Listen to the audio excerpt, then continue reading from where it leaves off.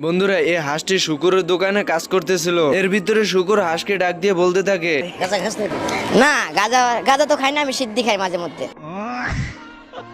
এইদিকে হাঁস শুকুরের সাথে মেজাজ দেখিয়ে একটি রেস্টুরেন্ট তৈরি করে, কিন্তু রেস্টুরেন্টে কোনো কাস্টমার না ঢুকাতে তাই রাস্তা থেকে জোর করে কাস্টমার ধরে নিয়ে যায় তার রেস্টুরেন্টে। এ কি, এ তো দেখছি ডাকাত সব লুট করে নিয়ে যাচ্ছে।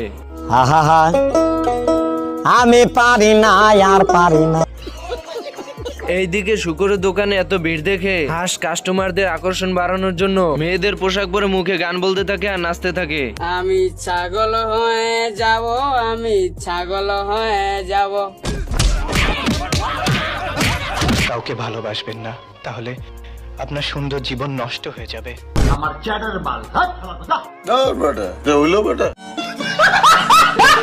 একদিন এই পোকাটি বাইরে বেরিয়ে যায় ভ্রমণ করার জন্য।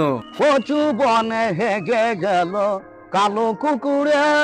এদিকে হাঁস পাখিদেরকে খাওয়ানোর জন্য পোকাদের খুঁজে বেড়াচ্ছে। এইদিকে পোকাটি হাঁটতে হাঁটতে ক্লান্ত হয়ে যায় এবং দেয়ালের সঙ্গে হেলান দিয়ে বিশ্রাম নিতে থাকে। এর ভিতরে পোকাটি হাঁসকে দেখে আস্তে আস্তে হাঁসের সামনে চলে যায়। হঠাৎই হাঁস পোকাকে দেখতে পায় এবং পোকাটিকে পরীক্ষা করতে থাকে। এরপর হাঁস খুশিতে বলতে থাকে, মাথায় নষ্ট মামা। এদিকে পোকা হাঁসকে দেখে ভয় পেয়ে যায়। তরে আমি গান শুনামু সুরে।